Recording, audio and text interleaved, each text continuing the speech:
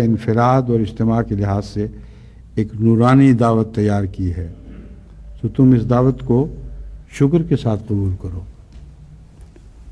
500 dish لگائے گئے ہیں، اور جو 500 ڈش ہیں ان میں سے ہر ایک کا ہماری کسی ملکہ سے، کسی اندرونی جذبے سے، کسی اندرونی صفت سے تعلق ہے، اور ایسی 500 انسان کی حالتیں ہیں جن کی تفصیل بیان کیے بغیر ایک ایسا فقرہ استعمال فرمایا ہے جس میں دراصل اس کی ساری تفصیل بیان ہو گئی ہے۔ اب میں دوبارہ آپ کے سامنے رکھتا ہوں۔ تمہارے ہر یک عضو اور ہر یک قوت اور ہر عضو، ہاتھ پاؤں وغیرہ، ہر قسم کے اعضاء، انگلیاں تک، ناخن تک، زبان، آنکھ، کان، ناک، ہر چیز اعضاء میں داخل ہے، اور اعضاء کے سب حصے بھی اعضاء ہی میں داخل ہیں۔ تو فرمایا یہ جو دعوت ہے 500 حکموں کی، یہ تمام اعضاء کے لیے دعوت تیار ہوئی ہے، اور ہر قوت جو انسان کے اندر پائی جاتی ہے، اور قوتیں انسان کی الگ الگ ہیں، کوئی کمزور ہے، کوئی طاقتور ہے، کسی کو بعض قوتیں ملتی ہیں، بعض نہیں بھی ملتی۔ مثلا جو اندھے ہوں ان کو بینائی کی قوت نہیں ملتی۔ تو فرمایا جو قوت بھی تمہارے اندر پائی جاتی ہے، اور ہر ایک وضع اور ہر یک حالت، اب وضع قطع انسان کی مختلف ہوتی ہے، ہر شخص کی اپنی ایک وضع قطع ہے، تو ہر مختلف انسان کی جو مختلف وضع ہے اس کو بھی نظر میں رکھنا، اور ہر یک حالت، انسان کی حالتیں تبدیل ہوتی رہتی ہیں، تو جب تک ہمہ وقت نظر نہ ہو ہر حالت پر نظر ہو ہی نہیں سکتی، اور ہر ایک عمر، اب چھوٹوں کے حالات اور ہیں، بڑوں کے اور ہیں، بچوں کے اور بوڑھوں کے اور، تو ہر عمر میں انسان کے محاسبے کے تقاضے بدلتے جاتے ہیں، اور اس کے نفس کی کیفیتیں بدلتی رہتی ہیں۔ تو لمحہ لمحہ اگر عمر کا حساب لگاؤ تو لازم ہے کہ ہر عمر کے لیے احکام الگ الگ ہونے چاہیے، اور یہی قرآن کریم میں ملتا ہے۔ بچے کی پیدائش کے وقت ماں باپ کو کیا کرنا چاہیے، بچے کی پیدائش سے پہلے ماں باپ کو کیا کرنا چاہیے، جب وہ ان کے ہاں پلتا ہے تو کیا تقاضے ہیں جو انہیں پورے کرنے ہیں، پھر جب وہ بڑا ہو جاتا ہے تو خود اس کو اپنے تقاضوں پر نگاہ رکھنی چاہیے کہ میرے لیے خدا تعالیٰ نے کیا سامان کیا ہے، میں نوجوان ہوں، ایسی عمر میں داخل ہوا ہوں جس میں کھیلنا کودنا یہ ساری چیزیں میرے جذبات سے تعلق رکھتی ہیں، کس حد تک مجھے اپنے اوپر کنٹرول کا، انگریزی کا لفظ ہے مگر کس حد تک مجھے اپنے آپ کو خدا کی مرضی کے مطابق ڈھالنا چاہیے۔ اگر احکام نہیں ہوں گے تو ڈھالے گا کیسے؟ چنانچہ آپ دیکھ لیں قرآن شریعت میں بچپن سے لے کر لڑکپن کے زمانے کے احکامات بھی ہیں، اور جب شعور میں انسان داخل ہو رہا ہوتا ہے اس کے متعلق بھی احکامات ہیں۔ آپ کو قرآن کریم پڑھتے ہوئے وہ دکھائی دیں یا نہ دیں، اگر آپ غور سے پڑھیں گے تو آپ کو لازماً دکھائی دیں گے، ہر عمر کے متعلق قرآن کریم کے احکامات ہیں۔ پھر وہ ادھیڑ جوانی، پوری جوانی تک پہنچتا ہے، اس کے متعلق تمام احکامات موجود ہیں۔ تو نظر کے تقاضے اگرچہ پہلے بیان ہو چکے ہیں، مگر عمر کے تعلق میں نظر کے تقاضے بدلتے رہتے ہیں۔ بچے کی نظر کے تقاضے اور ہیں، جوان کی نظر کے تقاضے اور ہیں، بوڑھے کی نظر کے تقاضے اور ہیں۔ تو جو 500 احکامات ہیں انہوں نے یہ گھیرا ڈالا ہوا ہے۔ پھر ہر یک مرتبہ فہم، ہر شخص کا دماغ الگ الگ ہے، اور وہ اپنے دماغ کی حالت کے مطابق محاسبے کے لائق ٹھہرایا جائے گا۔ جن آیات کی میں نے تلاوت کی ہے ان کے آگے یہی مضمون بیان ہوا ہے کسی نفس پر اس کی طاقت سے بڑھ کر بوجھ نہیں ڈالا جائے گا. لا یکلف اللہ نفسا الا وسعها. تو حضرت مسیح موعود علیہ السلام نے اس چیز کو بھی نہیں چھوڑا. ہر ایک مرتبہ فہم، ایک بیچارہ پاگل سا آدمی ہے مگر کچھ نہ کچھ فہم رکھتا ہے، جتنا فہم رکھے گا اس کا محاسبہ اسی کے مطابق ہوگا، اپنے فہم سے بڑھ کر نہیں ہوگا. اور اس کے فہم کے مطابق بھی قرآن کریم کے احکامات ہیں. جتنی اس کو ہوش ہے اس حد تک وہ جواب دہ ہے، اس سے زیادہ نہیں. اور ہر مرتبہ فطرت،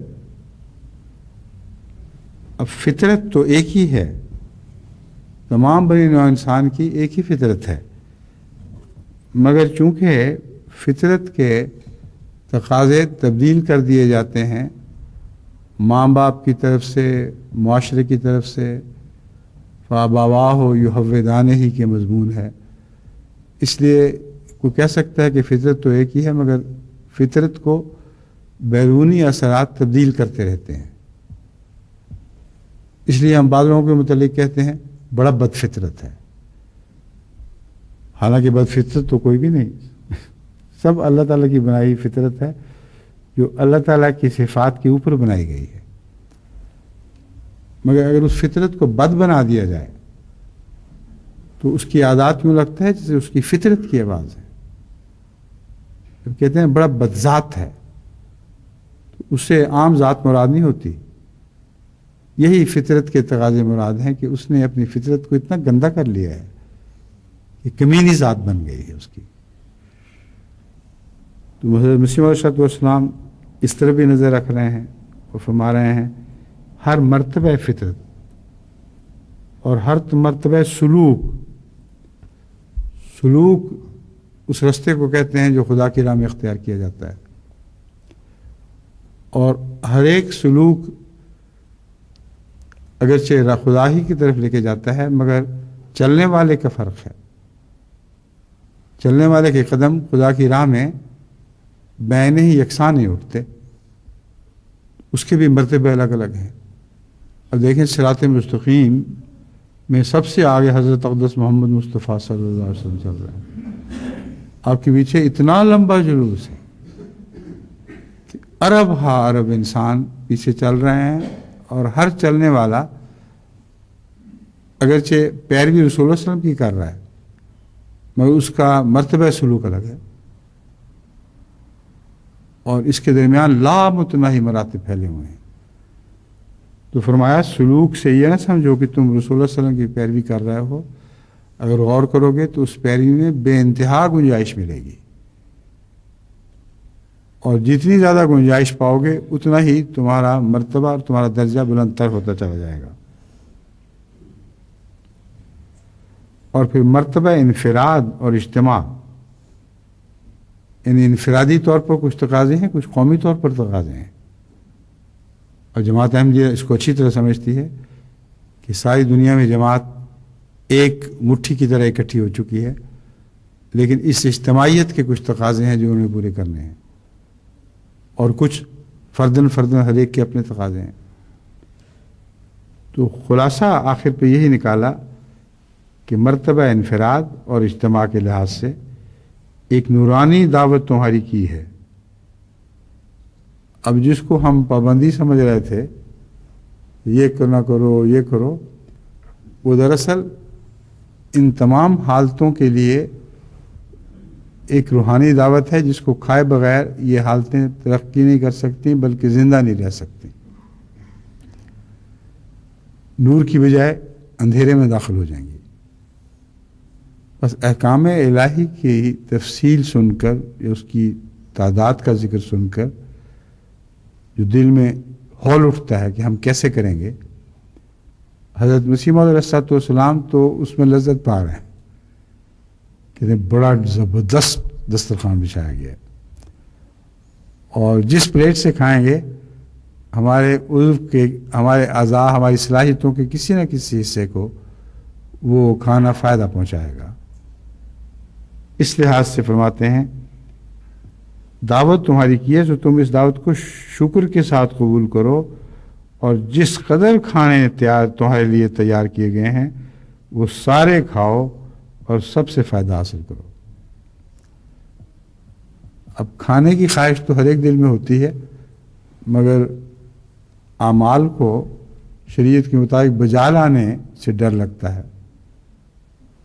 لیکن جیسے ہر کھانا کوئی نہ کوئی تاثیر کسی نہ کسی حصے جسم پر رکھتا ہے، بعض کھانوں کی تاثیر آنکھ پر پڑتی ہے، بعض کی ناک پر، بعض کی اور فطرت صلاحیتوں پر، اس لیے کسی ایک کھانے سے ساری انسانی ضرورتیں پوری نہیں ہو سکتی۔ اس لیے اگر یہ خیال کر لو کہ ہم نماز پڑھ رہے ہیں بہت کافی ہے، لیکن نماز کے اندر بھی تو بے شمار مضامین ہیں، یا ہم سچ بولتے ہیں تو بہت کافی ہے۔ اتنی تفصیل سے یہ کھانے تیار کیے گئے ہیں اور اتنی حکمت سے کہ ہر ایک کی ایک تاثیر ہے، اور ہر تاثیر کسی نہ کسی حصہ بدن یا حصہ روح پر پڑ رہی ہے۔ فرماتے ہیں سارے کھاؤ اور سب سے فائدہ حاصل کرو۔ جو شخص ان سب حکموں میں سے ایک کو بھی ٹالتا ہے، میں سچ سچ کہتا ہوں کہ وہ عدالت کے دن مواخذہ کے لائق ہوگا۔ یحاسبکم بہ اللہ کا یہ مضمون ہے۔ جو مالک تھا جس نے ساری صلاحیتیں عطا کی، اس نے ہر ایک کا حساب لینا ہے۔ فرمایا مواخذہ کے دن، عدالت کے دن مواخذہ کے لائق ہوگا۔ اب مواخذہ کے لائق تو ہوگا، مگر مواخذہ کیا جائے گا کہ نہیں کیا جائے گا، اس کا جواب اللہ بیان فرما چکا ہے۔ فَيَغْفِرُ لِمَن يَشَاءُ وَيُعَذِّبُ مَن يَشَاءُ۔ بس اگر کوئی انسان بے باکی اور جرت سے کسی حکم کو ٹالتا ہے تو بعید نہیں کہ اللہ اس کا مواخذہ فرمائے، اور اگر کمزوری کی وجہ سے کسی حکم کو ٹالتا ہے تو اس کا نقصان تو اس حصہ بدن کو ضرور پہنچے گا، اس حصہ روح کو ضرور پہنچے گا جس کی تقویت کے لیے غذا مقرر کی گئی تھی۔ یہ ایک طبعی نتیجہ ہے جو لازماً خود بخود نکلے گا۔ اس لیے یہ خیال دل میں نہ لاؤ کہ مغفرت کا مطلب یہ ہے کہ اس کا ہمیں اس کی ضرورت نہیں۔ مغفرت کا اور مطلب ہے اور ضرورت کا اور مطلب ہے۔ اب ایک شخص کسی ایسی بیماری میں مبتلا ہوتا ہے جس کی بہت سی وجوہات ہیں، اس کو چھوڑ دیں، اس کے نتیجے میں وہ عام کھانا کھا رہا ہے مگر اس کی ایک ٹانگ سوکھ رہی ہے، جس کا مطلب ہے ٹانگ کے لیے جو غذا مقرر تھی وہ اسے نہیں پہنچ رہی۔ تو جس کی ٹانگ بیچارے کی سوکھ جائے، اب اس کو سوٹیاں تو نہیں مارتے اگر اس کا قصور نہ ہو، مگر یہ نہیں کہہ سکتے اس کو نقصان کوئی نہیں۔ جو غذا نہیں پہنچے گی اس کا نقصان ضرور ہوگا۔ بس حضرت مسیح موعود علیہ الصلوۃ والسلام یہاں فرما رہے ہیں لائق مواخذہ ہونا ہے۔ مواخذہ کس نتیجے پر پہنچے گا یہ اللہ جانتا ہے، لیکن اس کا مواخذے کا یہ مطلب نہیں کہ ٹانگ کی کمزوری اگر بخش دیا جائے تو ٹانگ کی کمزوری دور ہو جائے گی۔ اگر بخش دیا جائے تو مطلب یہ ہے کہ وہ نہیں دوڑ سکا لنگڑا بیچارہ، کسی دوڑ میں شامل ہوا مگر تھوڑا چلا، تو اللہ تعالیٰ اس سے مغفرت کا سلوک فرمائے گا اور اس کا امتحان تھوڑے عرصے میں مکمل ہو جائے گا۔ جیسے بچوں کی ریس ہوا کرتی ہے بڑوں کے ساتھ، تو بچوں کے لیے پہلے منزل لگا دیا کرتے ہیں، بڑوں کے لیے آگے بنا ہینڈی کیپ جو ہیں ان کے نشان الگ الگ لگتے ہیں۔ تو یہ مضمون ہے کہ خدا تعالیٰ نے ہینڈی کیپس کا بھی خیال رکھا ہوا ہے، مگر ان ہینڈی کیپس کا جو ذمہ دار نہیں ہے، جنہوں نے بالارادہ شرارت کی راہ سے نعمتوں کا انکار نہیں کیا۔ یغفر لمن یشاء، ان سے مغفرت کا سلوک فرمائے گا۔ ویعذب من یشاء، اور جنہوں نے جان بوجھ کر نعمت کا انکار کیا اور اس کے نتیجے میں ان کے اعضاء سوکھے ہیں تو اس کی ساری ذمہ داری ان پر تو پڑے گی اور پھر وہ عذاب میں مبتلا کیے جائیں گے۔ اگر نجات چاہتے ہو تو دین العجائز اختیار کرو اور مسکینی سے قرآن کریم کا جوا اپنے گردنوں پر اٹھاؤ کہ شریر ہلاک ہوگا۔ مسکینی کے ساتھ قرآن کریم کا جوا گردن پر اٹھاؤ، اس کا مطلب یہ ہے کہ سارے قرآن کا بار تمہاری گردن پر آنا چاہیے، جیسے بیلوں پر جوا ڈالا جاتا ہے تو جس چیز کو وہ کھینچتے ہیں تمام تر بوجھ انہی پر پڑتا ہے۔ تو مسکینی کے ساتھ جیسے بیل اپنی گردن آگے کر دیتا ہے اس کو جوا ڈال دیا جاتا ہے، پھر بیل کی الگ الگ حالت ہوتی ہے۔ کچھ بیچارے کمزور ہوتے ہیں، وہ تھوڑا تھوڑا چلتے ہیں لیکن سارا بوجھ ضرور اٹھاتے ہیں۔ یہ نہیں ہو سکتا کہ کچھ بوجھ کوئی اور اٹھا لے، اپنی گاڑی خود ہی کھینچنی پڑتی ہے۔ کچھ بیل جو قوی ہیں بڑی قوت کے ساتھ تیز دوڑتے ہوئے آگے بڑھتے ہیں، مگر یہ نہیں ہو سکتا کہ آدھا جوا اٹھاؤ، آدھا جوئے کا کوئی تصور ہی نہیں ہے۔ بس اپنی گردنیں مسکینی کے ساتھ آگے کر دو اور سارا بار شریعت اٹھانے کے لیے اپنے آپ کو پیش کر دو۔ پھر جو کمزوریاں ہیں ان پر اللہ نظر فرمائے گا اور جس سے چاہے، جس کمزوری سے بخشش صرف نظر فرمانا چاہے یا بخشش فرمانا چاہے، وہ من یشاء جس کی کمزوری چاہے دور فرما دے گا یا اس سے رحمت کا سلوک فرمائے گا۔ دین العجائز اختیار کرو۔ دین العجائز کیا ہوتا ہے؟ عجائز بڑی بوڑھیوں کو کہتے ہیں، ایسی بڑی بوڑھیاں جو ہمارے معاشرے میں اس طرح ملتی ہیں کہ وہ سادہ دل ہوتی ہیں اور ان کے اندر کوئی شر نہیں ہوتا، جو کام کہا جائے وہ 100 بسم اللہ کہہ کے اس پہ چل پڑتی ہیں۔ ایسی بڑی بوڑھیوں کا زمانہ میرا خیال ہے بہت پہلے گزر چکا ہے، اب کم دکھائی دیتی ہیں۔ آج کل تو جتنی بوڑھیاں اتنی شریر، وہ فساد کا سوچتی رہتی ہیں، مگر پھر بھی ملتی ہیں، غریبوں میں ملتی ہیں، سادہ لوگوں میں ملتی ہیں۔ تو حضرت مسیح موعود علیہ السلام ان کی مثال دکھا رہے ہیں آپ کو کہ اپنے نفس کے لیے بڑی بوڑھیوں سے جن کو عجائز کہا جاتا ہے ان کا دین اختیار کرو۔ ان کا دین سیدھا سادہ یہی ہے، کوئی بات کہیں اسے، بیوی مائی تمہارا کیا، یہ کام کرو، اچھی چیز ہے، بہت اچھا جی میں یہی کروں گی، سیدھا اعتبار کرتی ہیں۔ اب لوگوں کا اعتبار جو کرتی ہیں وہ دھوکے میں بھی آ سکتی ہیں، لوگ دھوکے باز ہیں، پر اللہ تو دھوکے باز نہیں۔ اللہ کہے کہ یہ کام کرو تو عجائز سے ان کا یہ سلیقہ سیکھو کہ وہ اپنا سر تسلیم خم کر دیتی ہیں، بڑی سادگی کے ساتھ، بڑی پاکیزگی کے ساتھ۔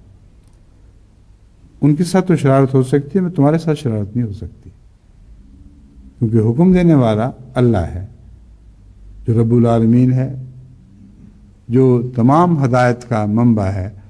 بس اس پہلو سے فرمایا کہ دین العجائز اختیار کرو اور مسکینی سے قرآن کریم کا جوا اپنے گردنوں پر اٹھاؤ، مسکینی کی حالت میں کہ شریر ہلاک ہوگا۔ اب لمبے فکرے کو چھوٹا کر دیا ہے، یاد رکھنا مسکینی میں بھی کوئی شرارت نہ ہو، شریر ہلاک ہوگا۔ تمہاری مسکینیاں لوگوں کے سامنے تو ہو سکتی ہیں، یعنی جھوٹی مسکینیاں، لیکن اللہ کے سامنے نہیں ہو سکتی۔ اس لیے تمہاری مسکینی میں بھی اگر خدا شر کا پہلو دیکھے گا تو تم ہلاک ہو جاؤ گے اور سرکش جہنم میں گرایا جائے گا۔ اصل چیز سرکشی ہے، جس سے دعا کے ذریعے مدد مانگنی چاہیے کہ اللہ تعالیٰ ہمیں ہر قسم کی سرکشی سے نجات بخشے۔ جب انسان سر خدا کے سامنے اٹھاتا ہے یا کسی نیک کام کے مقابل پر وہ باغیانہ رویہ اختیار کرتا ہے، اسے سرکشی کہتے ہیں۔ اور یہ روزمرہ کی باتیں ہیں، اس کو زیادہ تفصیل میں بیان کرنے کی ضرورت نہیں، آپ سب جانتے ہیں کہ جب تک مرضی کے مطابق باتیں ہوتی رہیں انسان مسکینی کی حالت میں دکھائی دیتا ہے۔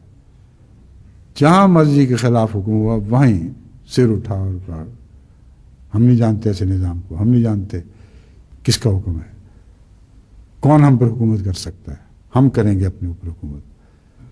حالانکہ یہ بھول جاتے ہیں کہ وہ قرآن کریم کے 500 احکامات میں سے ہی ایک حکم تھا، اور اس میں کہنے والے کی ملکیت نہیں، بلکہ جس نے یعنی خدا تعالیٰ نے اسے فرمایا یا خدا تعالیٰ کے حکم کی خاطر وہ آگے اس نے دوسرے کو بظاہر حکم دیا ہے یا منت کی ہے یا سماجت اور درخواست کی ہے، جو کچھ بھی کہہ لیں، اس کا انکار کرنے والا اس شخص کا انکار نہیں کرتا بلکہ اس اللہ کا انکار کرتا ہے جو مالک ہے۔ اور دیکھنا صرف یہ چاہیے کہ یہ حکم اپنی ذات میں ان 500 میں داخل ہے کہ نہیں ہے۔ بڑی آسان پہچان ہے، ہر فطرت جانتی، ہر انسان کی فطرت جانتی ہے کہ یہ احکامات 500 احکامات میں داخل ہیں کہ نہیں، کیونکہ خدا کی طرف سے جو بھی حکم آئے گا وہ اچھا ہوگا، اپنے فائدے میں ہوگا۔ تو عجیب احمق لوگ ہیں کہ اپنے فائدے کی بات جب مرضی کے خلاف پاتے ہیں اور شر میں فائدہ دیکھتے ہیں خیر میں نہیں تو سر اٹھا لیتے ہیں۔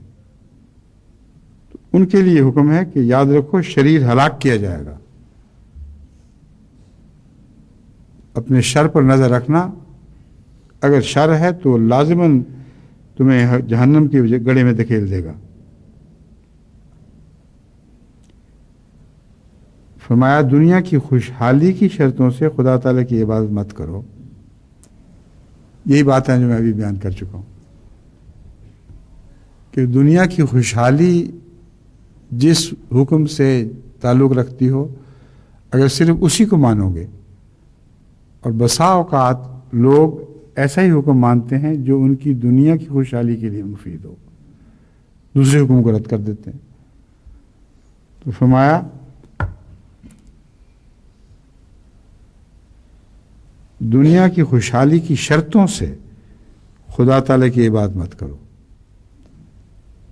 اب ایک نمازی بظاہر نمازیں پڑھ رہا ہے، جیسے کہ میں نے کہا تھا نماز کے اندر ساری نیکیاں آ جاتی ہیں، مگر اگر عبادت کا منشا یہ ہو کہ ہم ہی حاصل کرتے رہیں اللہ سے اور دنیا کی خوشحالیاں نصیب ہوں تو ساری عبادت ہی ضائع جائے گی، اس کا کوڑی کا بھی فائدہ نہیں پہنچے گا۔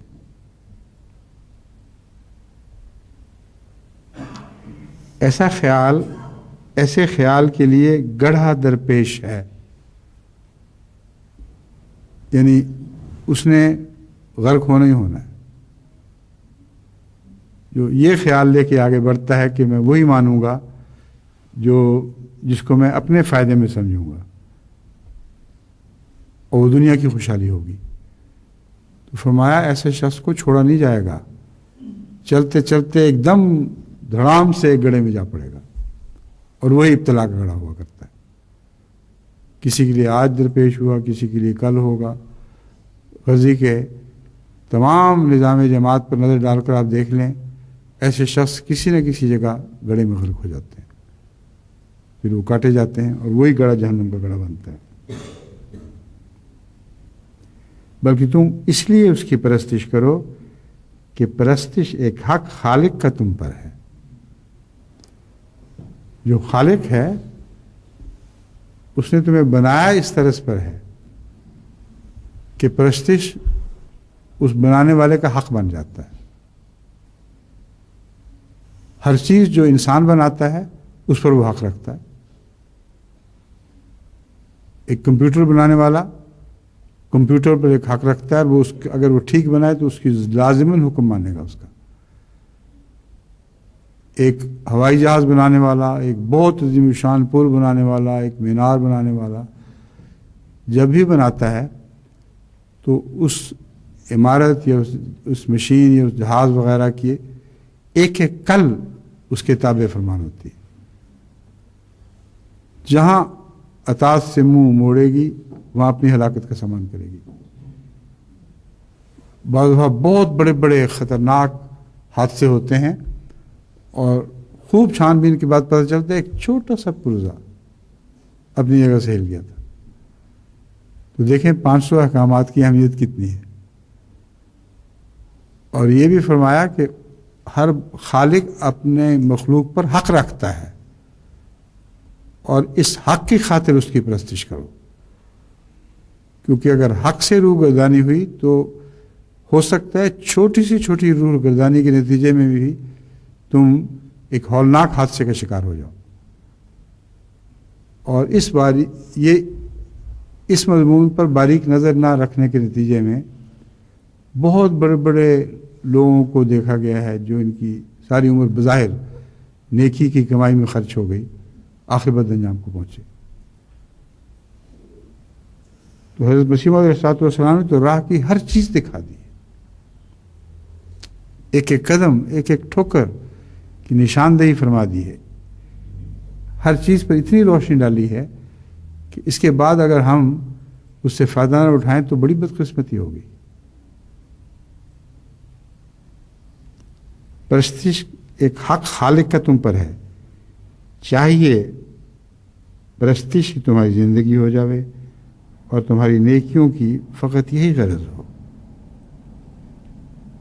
کہ وہ محبوب حقیقی اور محسن حقیقی راضی ہو جاوے، کیونکہ جو اس سے کمتر خیال ہے وہ ٹھکر کی جگہ ہے. بس اس مضمون کو یغفر لمن یشاء و یعذب من یشاء پر جا کر حضرت مسیح علیہ السلام نے ختم فرما دیا. من یشاء میں راضی ہونا ہے، باقی بحثوں کو چھوڑ دو. یشاء کا مطلب ہے جسے چاہے، جس کے لیے راضی ہو جائے. میں تم رضا پر نظر رکھو، یہ دیکھو کہ اللہ کے پیار اور رضا کی نظر تم پہ پڑتی ہے. اگر وہ تم سے خوش ہے اور تم ہمیشہ اس کو خوش رکھنے کی کوشش کر رہے ہو تو پھر تمہیں کوئی خطرہ نہیں. ایک انسان بھی جس سے خوش ہو اس کی بہت سی کمزوریوں سے صرف نظر کرتا ہے اور بالآخر نتیجہ اس کے حق میں نکالتا ہے. مائیں اپنے بچوں سے خوش ہوں تو یہی کام کرتی ہیں، حالانکہ دوسروں کو ان میں لاکھ عیوب دکھائی دیں. اصل چیز خوشی ہے. اللہ خوش تو یغفر لمن یشاء کا مضمون، اللہ ناراض تو یعذب لمن یشاء کا مضمون. تو بہت مشکل رستہ دکھا کر 500 احکام کی باتیں فرما کر اور پیچ در پیچ راہوں سے گزار کر آخر پہ پھر مضمون کو کتنا آسان کر دیا. میں سیدھی بات یہی ہے کہ سب کچھ رضائے باری تعالیٰ کی خاطر ہے. تم یہ دیکھو کہ تمہارے اعمال سے اللہ ناراض نہ ہو، اور اس بات کا خیال ہمیشہ ہر لمحہ دل میں جاگزیں رہے کہ خدا کی پیار کی نظریں تم پر پڑتی ہوں. اگر اللہ راضی تو سب کچھ راضی، سب جگ راضی، ساری زندگی اپنے اعلیٰ مقصد کو پہنچ گئی. اگر اللہ کو ناراض کر لیا تو پھر فرمایا اس سے کم تر خیال ہی وہ ٹھوکر کی جگہ ہے. یعنی جب جن ٹھوکروں کا ذکر فرمایا گیا ہے وہ کم تر خیال ہے، یعنی اللہ کو راضی کرنے سے کم تر خیال، کہ پوری طرح راضی نہ بھی ہو تو کوئی فرق نہیں پڑتا. یہ کم تر خیال جو ہے وہ ٹھوکر کی جگہ ہے، اس سے تمہیں ضرور ٹھوکر ملے گی. حضرت مسیح موعود علیہ السلام آگے فرماتے ہیں، یہ روحانی خزائن ازالہ اوہام جلد 3 صفحہ 548 سے عبارت دی گئی ہے۔ فرمایا یہ سب چیزیں کیسے حاصل ہوں گی؟ ان چیزوں میں حضرت مسیح موعود علیہ السلام کی دعائیں ہماری شامل حال ہیں، اور یاد رکھیں ہم دعاؤں کی ہواؤں کے رخ پر چل رہے ہیں۔ اس لیے اگر پھر بھی ہم نے ٹھوکر کھائی تو وہ حالات جو ہمارے لیے سازگار کیے گئے ہیں ان کے مخالف چل کر ٹھوکر کھائیں گے۔ فرماتے ہیں میں تو ہمیشہ دعا کرتا ہوں، مگر تم لوگوں کو بھی چاہیے کہ ہمیشہ دعا میں لگے رہو، کیونکہ سب فیصلے آسمان سے ہوتے ہیں، رضا بھی آسمانی سے اترتی ہے۔ اگر ہم دعاؤں سے کام نہیں لیں گے اور اس کی طرف توجہ نہیں کریں گے تو پھر کچھ بھی حاصل نہیں ہو سکتا۔ جو نمازیں پڑھو اور توبہ دعا میں لگے رہو۔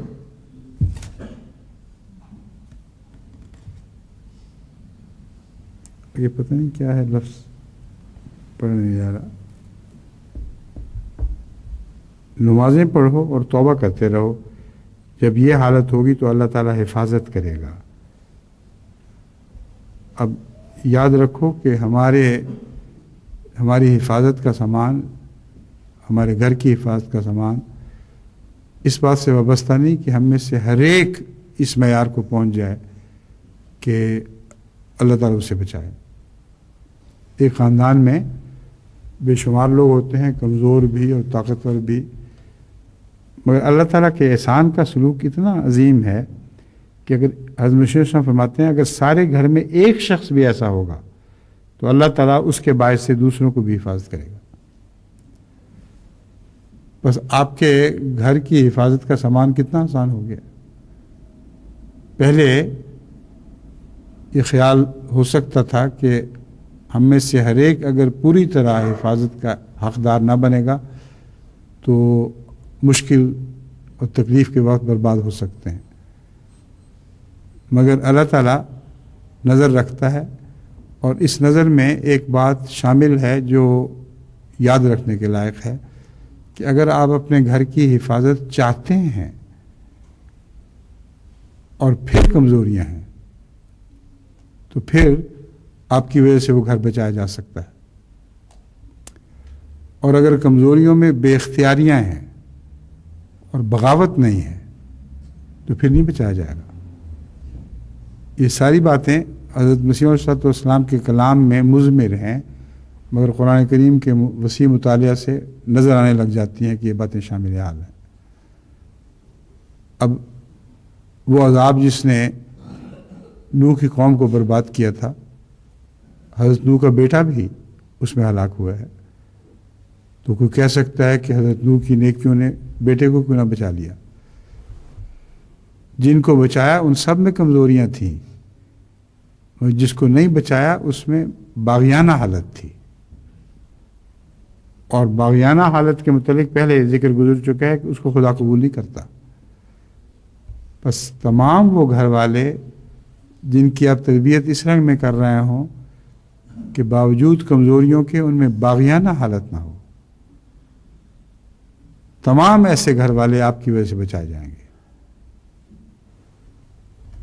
اب چونکہ وقت ہو گیا ہے اور آگے ہمیں سفر بھی کرنا ہے، اس لیے آپ نشان ڈال لیں جہاں ڈالنا ہے، یہ باقی باتیں پھر انشاءاللہ۔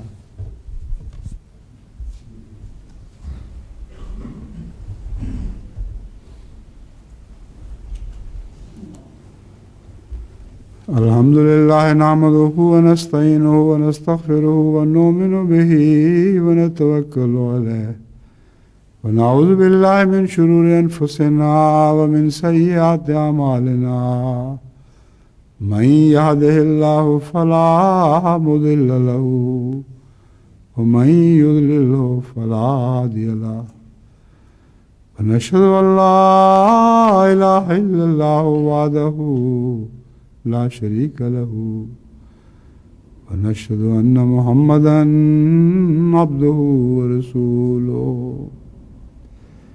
عباد اللہ رحمکم اللہ، ان اللہ یامر بالعدل والإحسان وإیتاء ذی القربى وينهى عن الفحشاء والمنكر والبغي يعظكم لعلكم تذكرون اذكروا الله يذكركم وادعوه يستجب لكم ولذكر الله أكبر